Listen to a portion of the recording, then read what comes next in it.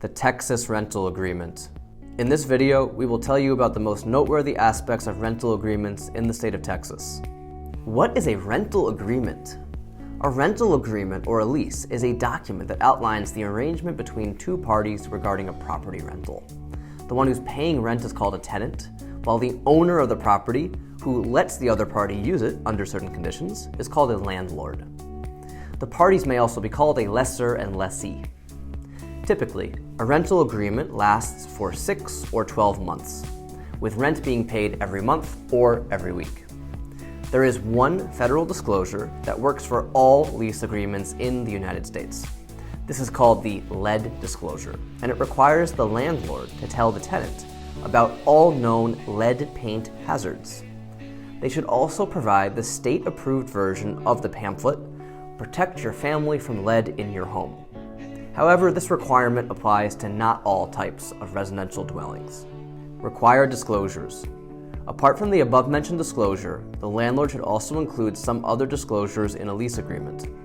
First, information about the names and addresses of the persons authorized to manage the premises to be rented and its owners. Second, parking rules or policies that apply to the tenant. Third, information about late fees that should be enforceable after a 2-day grace period and may not exceed 12% of the overdue balance if there are 4 or fewer dwelling units in the building, or 10% if there are 5 or more units in the same building.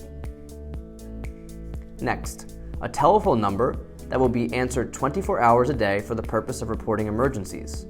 It applies to landlords who have an on-site management or superintendent's office for a residential rental property. Next, information regarding the right of the tenant to request repairs or remedies of conditions. Security deposits. In Texas, the maximum security deposit is completely up to the landlord. However, it is wise to check the county's ordinances too, as they might differ. The landlord can use the deposit to pay unpaid rent or repair any property damages caused by the tenant after conducting an inspection for damages on the premise. The tenant should get an itemized statement specifying detriments by mail. The deposit should be returned by the landlord within 30 days after the termination of the tenancy and delivery of possession, provided that the tenant gave the landlord a forwarding address. The landlord who fails to return the security deposit is liable for an amount equal to the sum of $100, 3 times the portion of the deposit wrongfully withheld, and the tenant's reasonable attorney's fees in a suit to recover the deposit. Landlord Access. In the Texas statutes, there is no specific notice period before entry of the lease department required from the landlord. However, a 24-hour notice is always recommended. The landlord can enter the premises without any notifications only by a court decision, in case of emergency, and with the purpose to change the door locks when the tenant hasn't paid at least part of the rent. Termination of Agreement.